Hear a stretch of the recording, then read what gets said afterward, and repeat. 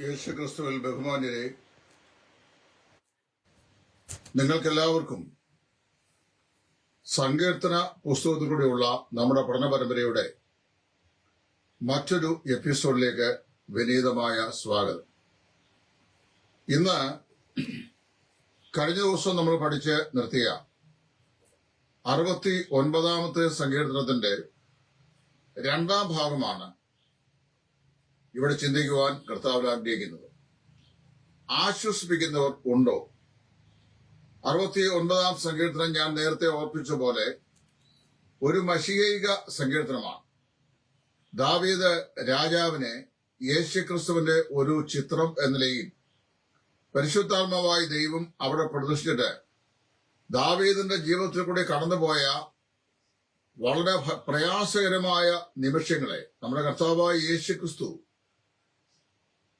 ദാവീദിന് ശേഷം ഭൂമിയിൽ അവതരിച്ച് കർത്താവിന്റെ ജഡജീവിതത്തിൽ കൂടി താൻ അനുഭവിക്കേണ്ടി വരുന്നതായ കഷ്ട നഷ്ടങ്ങളുടെയും പ്രയാസങ്ങളുടെയും മനോഹരമായിരുന്ന ഒരു ചിത്രമാക്കി നിർത്തിക്കൊണ്ട് ദാവീദിലൂടെ പരിശുദ്ധാത്മാവായ ദൈവം സംസാരിക്കുന്ന വാക്കുകളാണ്. 69ാം സങ്കീർത്തനത്തിന്റെ 20ാം വാക്യത്തിൽ നാം ഇങ്ങനെ വായിക്കുന്നു: നിന്ന എന്റെ ഹൃദയത്തെ തകർത്തു, ഞാൻ ഏറ്റവും വിഷാദിച്ചിരിക്കുന്നു. വല്ലവനും സഹതാപം തോന്നുമോ എന്ന് ഞാൻ നോക്കിക്കൊണ്ടിരുന്നു, ആർക്കും തോന്നിയില്ല.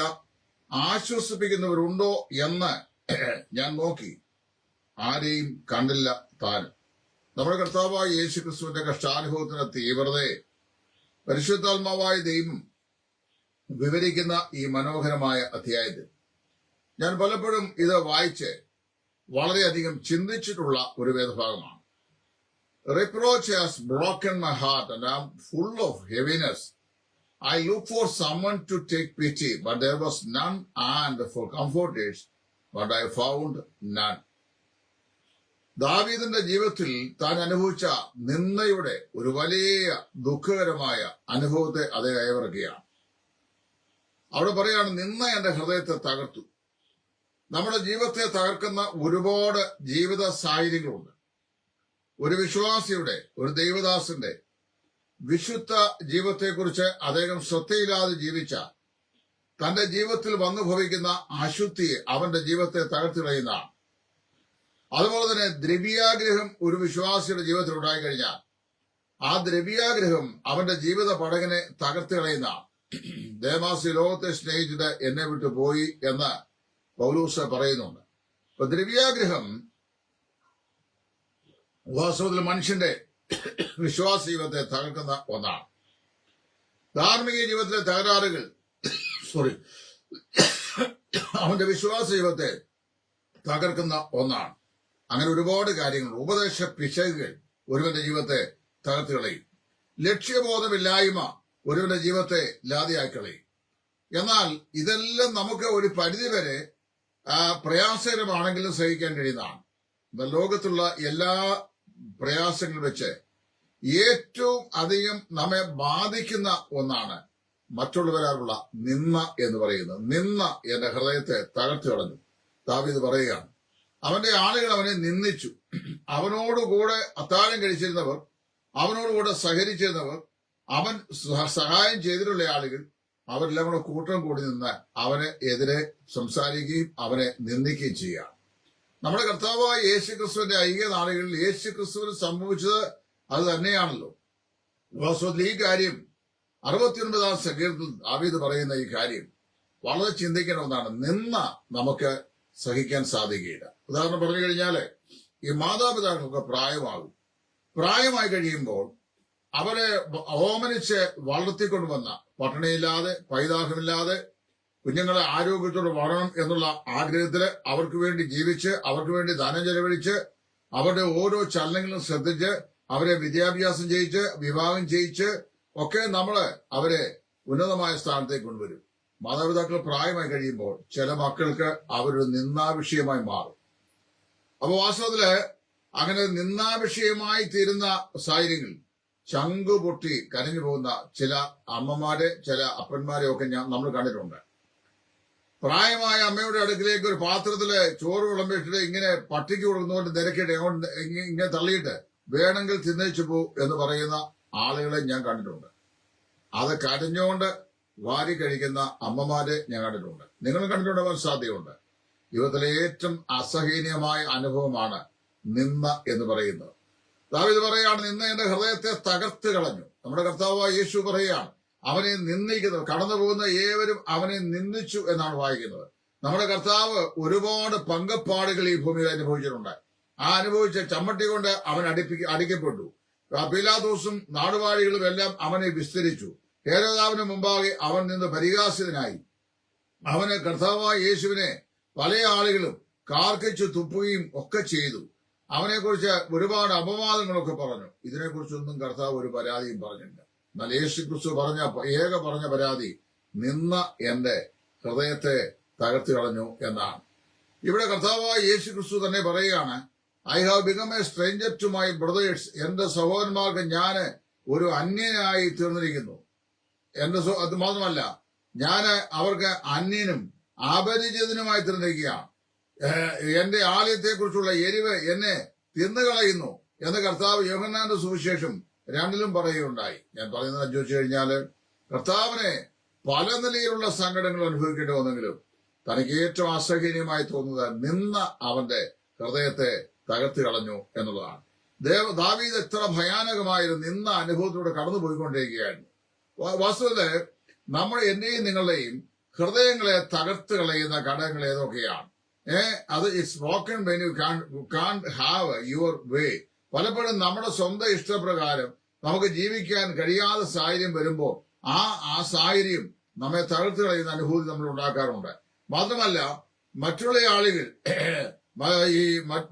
ആളുകൾ നമ്മളെ സ്നേഹിച്ചിരുന്ന ആളുകൾ, കരുതിയിരുന്ന ആളുകൾ, നമ്മളോട് സഹതാപം കാണിച്ചിരുന്ന ആളുകൾ, അവരൊക്കെ നമ്മളിൽ നിന്ന് നീങ്ങിപ്പോകുമ്പോൾ അല്ലെങ്കിൽ അവരൊക്കെ നീക്കപ്പെടുമ്പോൾ നമുക്ക് ഒരു തകർന്ന ഹൃദയത്തിന്റെ അനുഭവം നമുക്ക് തോന്നാറുണ്ട്. എന്നാൽ ദാവീദും യേശു ക്രിസ്തുവും ഈ അനുഭവത്തിന്റെ പാഠശാലയിൽ കൂടി കടന്നുപോയ 2 ഫിഗേഴ്സാണ്. നോക്കണം, ഇതാ നിന്ന എന്റെ ഹൃദയത്തെ തകർത്തു, 20-ാം വാക്യം.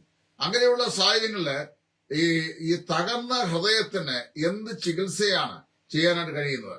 ഏത് നിലയിലുള്ള കാര്യമാണ് തകർന്ന ഹൃദയത്തിന് ആശ്വാസമായി ഭവിക്കുന്നത്? ദാവീദ് പറയുക, ആശ്വസിപ്പിക്കുന്നവർ ഉണ്ടോ എന്ന് ഞാൻ നോക്കിക്കൊണ്ടിരുന്നു, ആരെയും കണ്ടില്ലതാൻ. ഒരു മനുഷ്യനെ പോലും ജീവിതത്തിന്റെ ഏറ്റവും പ്രയാസകരമായ രംഗങ്ങളിൽ ആശ്വാസദായകനായി കണ്ടില്ല. നമുക്ക് വാസ്തവത്തില് ഒരു മനുഷ്യന്റെ ജീവിതത്തിലെ ഏറ്റവും പ്രയാസകരമായ സാഹചര്യം എന്ന് പറയുന്നത് കഠിനമായ രോഗങ്ങൾ കൂടി, ഏകാന്തതയിൽ കൂടി, നിരാശയിൽ കൂടി, സങ്കടങ്ങളിൽ കൂടി ഇതൊക്കെ അവർ കടന്നു പോകുന്ന ജീവിത സാഹചര്യങ്ങളാണ്. അങ്ങനെയുള്ള സാഹചര്യങ്ങൾ കടന്നു പോകുമ്പോൾ വാസ്തവത്തിൽ എന്ത് ചെയ്യണം? നമ്മുടെ ഹൃദയം തകർന്നു പോകും. ദാവീദ് 4 കാര്യങ്ങളാണ് ഇവിടെ പ്രാർത്ഥിച്ചത്. 14, 16, 18 വാക്യങ്ങൾ. ആ വാക്യങ്ങൾ ഞാൻ വായിച്ചേൽപ്പിക്കാം. 14-ാം വാക്യത്തിൽ അദ്ദേഹം ഇപ്രകാരം പ്രാർത്ഥിച്ചു, ചേറ്റിൽ നിന്ന് എന്നെ കയറ്റണമേ, deliver me O Lord from the miry clay. ചേറ്റിൽ നിന്ന് എന്നെ കയറ്റണമേ, ഞാൻ താണു പോകരുത്. എന്നെ പകയ്ക്കുന്നവരുടെ കയ്യിൽ നിന്നും ആഴമുള്ള വെള്ളത്തിൽ നിന്നും എന്നെ വിടുവിക്കണമേ. അതുപോലെ 16-ാം വാക്യം പ്രാർത്ഥന, യഹോവേ എനിക്ക് ഉത്തരം നൽകണമേ, നിന്റെ ദയ നല്ലതല്ലോ, നിന്റെ കരുണയുടെ ബോധപ്രകാരം എങ്കിലേക്ക് തിരിയണമേ. പിന്നെ അദ്ദേഹം പ്രാർത്ഥിച്ചത് 18-ാം വാക്യത്തിലാണ്. 18-ാം വാക്യം, എന്റെ പ്രാണനോട് അടുത്തു വന്ന് അതിനെ വീണ്ടുകൊള്ളണമേ, എന്റെ ശത്രുക്കൾ നിമിത്തം എന്നെ വീണ്ടെടുക്കണമേ. 4 കാര്യങ്ങളാണ് തകർന്ന ഹൃദയത്തിൽ, തകർത്ത ഹൃദയത്തിൽ ദാവീദ് ദൈവത്തോട് പ്രാർത്ഥിച്ചത്. നമ്പർ 1, ഡെലിവർ മീ, എന്നെ വിടുവിക്കണമേ. കുഴഞ്ഞ ചേറ്റിൽ നിന്ന് എന്നെ വിടുവിക്കണമേ, എന്നെ കരകയറ്റണമേ. ദാവീദ് ദൈവസന്നെ പ്രാർത്ഥിച്ചു. 2, ഹിയർ മീ, എന്റെ പ്രാർത്ഥന കേൾക്കണമേ, എന്റെ അപേക്ഷ കേൾക്കണമേ. എന്റെ കർത്താവേ, എന്നെ ഈ കുഴഞ്ഞ ചേറ്റിൽ നിന്ന് എനിക്ക് മുമ്പോട്ട് കാലുകൾ താണുപോകുന്ന ഭയാനകമായ ജീവിതാനുഭവത്തിൽ നിന്ന് എന്നെ ഒന്ന് കരകയറ്റണമേ. 2, എന്റെ അപേക്ഷ കേൾക്കണമേ. 3, എങ്കിലേക്ക് അടുത്തു വരണമേ, എന്നെ സഹായിപ്പാൻ അങ്ങല്ലാതെ വേറെ ആരുമില്ല എന്നാണ്. 4-മതായി പ്രാർത്ഥിക്കുന്നത് എന്നെ വീണ്ടെടുക്കണമേ എന്നാണ്. ഇപ്പൊ 4 ഷോർട്ട് വാക്കുകൾ അവിടെ പറയുന്നത്. 1, ഡെലിവർ മീ, എന്നെ രക്ഷിക്കണമേ. 2, ഹിയർ മീ, എന്റെ അപേക്ഷ കൈക്കൊള്ളണമേ. 3, എന്റെ അടുക്കിലേക്ക് സഹായത്തിനായി വരണമേ. 4, എന്നെ വീണ്ടെടുക്കണമേ. അങ്ങനെ 4 കാര്യങ്ങൾ ദാവീദ് ദൈവത്തോട് പ്രാർത്ഥിച്ചു. 4ഉം ദൈവം കേട്ടു എന്നുള്ളതാണ് ഈ സംഖ്യയിൽ വായിക്കുന്നത്. ചില സമയത്ത് മറ്റുള്ളവരാലുള്ള നിന്ന വാക്കുകൾ അതൊക്കെ നമ്മെ വളരെ വ്യസനിപ്പിക്കും, വളരെ സങ്കടപ്പെടുത്തും. അപ്പോ അത് വാസ്തവത്തില് നമ്മെ വളരെ ദുഃഖിപ്പിക്കുന്ന ജീവിത അനുഭവങ്ങളാണ്, വളരെ നിരാശപ്പെടുത്തുന്ന ജീവിത അനുഭവങ്ങളാണ്. ചില സമയത്ത് നാം വളരെ ആത്മാർത്ഥമുള്ളവർ എന്ന് ചിന്തിക്കുന്ന കരുതുന്ന ആളുകൾ പോലും നമ്മെ നിന്ദിച്ചുവെന്നോ അല്ലെങ്കിൽ പരിഹസിച്ചുവെന്നോ നമ്മെ തള്ളിക്കളഞ്ഞുവെന്നോ ഉപേക്ഷിച്ചു കളഞ്ഞെന്നോ ഒക്കെ വരാം. അങ്ങനെയുള്ള സാഹചര്യങ്ങളിൽ ഏകാന്തതയുടെ തടവറയിൽ നാം ഏകരായി തള്ളപ്പെട്ടു എന്ന് വരാവുന്നതാണ്. എന്നാൽ അങ്ങനെയുള്ളൊരു അനുഭവം കർത്താവായ യേശു ക്രിസ്തുവിന്റെ ജീവിതത്തിൽ ഉണ്ടായി. എല്ലാവരാലും അവൻ തള്ളപ്പെട്ടു, എല്ലാവരാലും അവൻ ഉപേക്ഷിക്കപ്പെട്ടു, എല്ലാവരും അവന് വിരോധികളായി. കടന്നുപോകുന്ന ഏവരും തലകുലുക്കി അവനെ കണ്ട് പരിഹസിച്ചു. എന്നാൽ എന്താ കർത്താവ് ചെയ്തത്? അവൻ പിതാവിൽ ആശ്വസിക്കുകയായിരുന്നു. പ്രിയമുള്ളവരെ, നമ്മുടെ കർത്താവായ യേശു ക്രിസ്തു കടന്നുപോയ നിന്ദയിൽ നാം അനുഭവിക്കുവാൻ ദൈവം അനുവദിക്കുന്ന നിന്ദയുമായി താരതമ്യം ചെയ്യുമ്പോൾ കർത്താവായ യേശു ക്രിസ്തുവിന്റെ കഷ്ടാനുഭവങ്ങളിൽ പങ്കാളികളായി തീരുവാൻ ദൈവം നമുക്ക് അനുവദിക്കുന്ന നിർണായകമായ സമയങ്ങളാണ് നമ്മുടെ ജീവിതത്തിലെ നിന്ദാവേളകൾ, ഏകാന്തതാവേളകൾ, ചേറിലേക്ക് കുഴഞ്ഞു പോകുന്നതായി തോന്നുന്ന ജീവിതാനുഭവങ്ങൾ എന്ന് ഞാനും നിങ്ങളും മനസ്സിലാക്കണം. കർത്താവിന്റെ കഷ്ടാനുഭവങ്ങളിൽ പങ്കുള്ളവരായി തീരുവാൻ നമുക്ക് അവസരം ലഭിക്കുന്നതിൽ നാം എന്ത് ചെയ്യണം? അങ്ങനെയുള്ള സാഹചര്യങ്ങൾ സന്തോഷിക്കണം. എന്റെ ബാല്യകാലത്ത്, അന്നത്തെ കാലത്ത് കൺവെൻഷൻ മതിലൊക്കെ പാടിക്കൊണ്ടിരുന്ന മനോഹരമായ ഒരു പാട്ടിന്റെ ഈരടികൾ എന്റെ ഓർമ്മയിൽ വരുന്നു. പാടാൻ എനിക്ക് കഴിയത്തില്ലല്ലോ. ഞാൻ ആ പാട്ടിന്റെ വരികൾ പറയാം. ക്രിസ്തുവിൻ കഷ്ടങ്ങളിൽ പങ്കുള്ളവരാകും തോറും സന്തോഷിപ്പിൻ പ്രിയരെ ആത്മീയ ഗീതങ്ങളാൽ, എന്നും സന്തോഷിപ്പീൻ, വീണ്ടും സന്തോഷിപ്പീൻ, സ്വർഗ സന്തോഷത്താൽ നിറവേൻ എന്നാണ് ആ പാട്ടുകാരൻ പാടുന്നത്. ക്രിസ്തുവിന്റെ കഷ്ടങ്ങളിൽ പങ്കുള്ളവരാകും തോറും സന്തോഷിച്ചുകൊള്ളുവീൻ. ഇവിടെ ഏതാണ് ഫിലിപ്പിയർ 3:10 അപ്പോസ്തലനായ പൗലോസ് പറയുന്നത്. അത് മാത്രമല്ല, അങ്ങനെയുള്ള ജീവിത അനുഭവങ്ങളിൽ ഞാനും നിങ്ങളും കൂടെ കടന്നു പോകുമ്പോഴാണ് അതേ ജീവിത അനുഭവമുള്ള ആളുകളെ ആശ്വസിപ്പിക്കുവാൻ നമുക്ക് ഇടയായിത്തീരുന്നത്. ജീവിതത്തിലെ വിശക്കുന്ന ആളുകളുടെ വിശപ്പിന്റെ മാധുര്യത അല്ലെങ്കിൽ പ്രയാസം എന്താണെന്ന് നമുക്ക് മനസ്സിലാക്കാൻ കഴിയണമെങ്കിൽ ഒരു പ്രാവശ്യമെങ്കിലും ജീവിതത്തിൽ ആഹാരം ലഭിക്കാതെ വിശപ്പ് നാം അനുഭവിച്ചിരിക്കണം. ശാരീരികമായ പേശികളുടെ വേദനകൾ നമുക്ക് എന്താണെന്ന് മനസ്സിലാക്കാൻ കഴിയണമെങ്കിൽ ഏതെങ്കിലും നിലയിലുള്ള ശാരീരിക വേദന കൂടെ ഞാനും നിങ്ങളും കടന്നു പോയിരിക്കണം. മാനസിക വേദനയുടെ വ്യാപ്തി എന്താണ് എന്ന് മനസ്സിലാക്കാൻ നമുക്ക് സാധിക്കണം. എന്ത് ചെയ്യണം? മാനസിക വേദനയുടെ വ്യാപ്തിയിലൂടെ നാം കടന്നു പോയിരിക്കണം. അപ്പോഴാണ് നമുക്ക് മറ്റുള്ളവരെയും അവരുടെ കഷ്ടങ്ങളിൽ, വേദനകളിൽ, നിന്ദകളിൽ ആശ്വസിക്കുവാൻ ഇടയായിത്തീരുന്നത്. പ്രിയമുള്ളവരെ, ദാവീദ് ഇപ്രകാരം പ്രാർത്ഥിച്ചു. തന്റെ ജീവിതത്തിന്റെ നിന്ദയുടെ നാളുകളിൽ, തന്റെ ജീവിതത്തിന്റെ വേദനയുടെ നാളുകളിൽ, ഏകാന്തതയുടെ നാളുകളിൽ, ഒറ്റപ്പെടലിന്റെ നാളുകളിൽ അദ്ദേഹം ദൈവസ്ഥലം പ്രാർത്ഥിച്ചു, കർത്താവേ എന്നെ വിടുവിക്കണമേ, എന്റെ സഹായത്തിനായി വേഗം വരണമേ, എന്റെ അപേക്ഷ കേൾക്കണമേ, എന്റെ അടുക്കിലേക്ക് വരണമേ, എന്നെ വീണ്ടെടുക്കണമേ എന്ന് പ്രാർത്ഥിച്ചു. എന്റെ പ്രിയപ്പെട്ടവരെ, ഞാൻ എന്റെ വാക്കുകൾ നിർത്തട്ടെ. നമ്മുടെ ഹൃദയങ്ങൾ തകർന്നു പോകുമ്പോൾ, നമ്മുടെ മനസ്സ് ഇടിഞ്ഞു പോകുമ്പോൾ, നമ്മെ ആരും പ്രോത്സാഹിപ്പിക്കുവാൻ ഇല്ല, സഹായിക്കുവാനില്ല എന്നുള്ള ചിന്താഭാരത്തിൽ നാം ഏകാന്തതയിലേക്ക് വഴുതി വീഴുമ്പോൾ എന്ത് ചെയ്യാ? പാപികളാൽ തനിക്ക് നേരിട്ട ഇങ്ങനെയുള്ള വിരോധം സഹിച്ചവരെ ധ്യാനിക്കുവാൻ നമുക്കിടയായി തീർന്നാൽ നമ്മുടെ വേദനകൾ, കർത്താവിന്റെ വേദനകളുടെ പങ്കാളിത്തം നാം ഏറ്റെടുക്കുകയാണ്.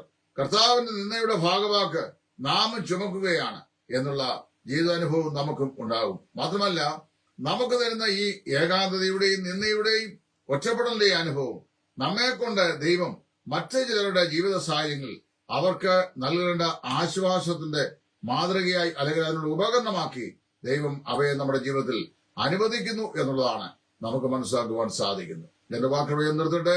69 സങ്കീർത്തനത്തിന്റെ 20 വാക്യത്തിൽ ദാവീദ് പറഞ്ഞു, നിന്ന എന്റെ ഹൃദയത്തെ തകർത്തു. നമ്മുടെ കർത്താവായ യേശു ഒരു പരാതിയായി പറഞ്ഞിട്ടുള്ള തന്റെ കഷ്ടാനുഭവങ്ങളിലെ ഒരേ ഒരു അനുഭവം നിന്ന എന്റെ ഹൃദയത്തെ തകർത്തു എന്നുള്ളതാണ്. മറ്റുള്ളവരുടെ നിന്ദകൾ, പലപ്പോഴും നിന്ന വാക്കുകൾ, നിന്നയോടുകൂടിയ സമീപനങ്ങൾ, ഇതൊക്കെ നമ്മെ വളരെയധികം മാനസികമായി ദണ്ഡിപ്പിക്കുകയും നമ്മളെ ദുഃഖിപ്പിക്കുകയും വളരെ വേദനിപ്പിക്കുകയും ചെയ്യും. എന്നാൽ നമ്മുടെ സഹായത്തിനായി വേഗം വരുന്ന, നമ്മുടെ കുഴഞ്ഞ ചേറ്റുന്ന നമ്മുടെ കാലുകളെ കരകയറ്റുന്ന, നമ്മുടെ പ്രാർത്ഥന കേൾക്കുന്ന, നമ്മെ ആശ്വസിപ്പിക്കുന്ന ഒരു നല്ല കർത്താവ് നമുക്കുണ്ട്. ആ കർത്താവ് നമുക്ക് മുമ്പേ പോയി ഈ കഷ്ടാനുഭവങ്ങൾ തികഞ്ഞവനായി തീർന്നവനാണ്. നമുക്ക് ഈ ജീവിതപാതയിൽ കൂടി മുന്നേറുമ്പോൾ നമുക്ക് നിരാശയും സങ്കടവും തോന്നാതിരിക്കാൻ നമുക്ക് വേണ്ടി കഷ്ടാനുഭവങ്ങളാൽ തികഞ്ഞവനായി തീർന്ന ഒരു നല്ല കർത്താവ് നമ്മുടെ ജീവിതത്തിന്റെ ക്യാപ്റ്റനായി മുമ്പിലുണ്ട്. അവന്റെ കാൽപ്പാതുകൾ പിന്തുടരുക. എല്ലാ നിന്ദകളും എല്ലാ സങ്കടങ്ങളും എല്ലാ ഉപദ്രവങ്ങളും എല്ലാ പഴികളും എല്ലാ ദൂഷികളും കർത്താവിന് വേണ്ടി ദൈവരാജ്യത്തിന് വേണ്ടി നാം അനുഭവിക്കുന്നതാണ് എന്ന് ഓർക്കുകയും എന്റെ കർത്താവ് ഇതിനേക്കാൾ ഭയാനകമായ നിലയിൽ ഇത് അനുഭവിച്ചിട്ടുണ്ട് എന്ന് നാം അറിയുകയും ചെയ്യുമ്പോൾ നാം അതോർത്ത് ദൈവത്തിന് സ്തോത്രം ചെയ്യുവാൻ ദൈവം നമ്മെ പ്രാപ്തിപ്പെടുത്തും, ബലപ്പെടുത്തും. ഈ ചിന്ത നമുക്കേവർക്കും ഒരുപോലെ അനുഗ്രഹമായി തീരട്ടെ എന്ന് പ്രാർത്ഥിച്ചുകൊണ്ട് ഈ വാക്കിൽ നിർത്തുന്നു. ദൈവം എല്ലാവരെയും അനുഗ്രഹിക്കട്ടെ.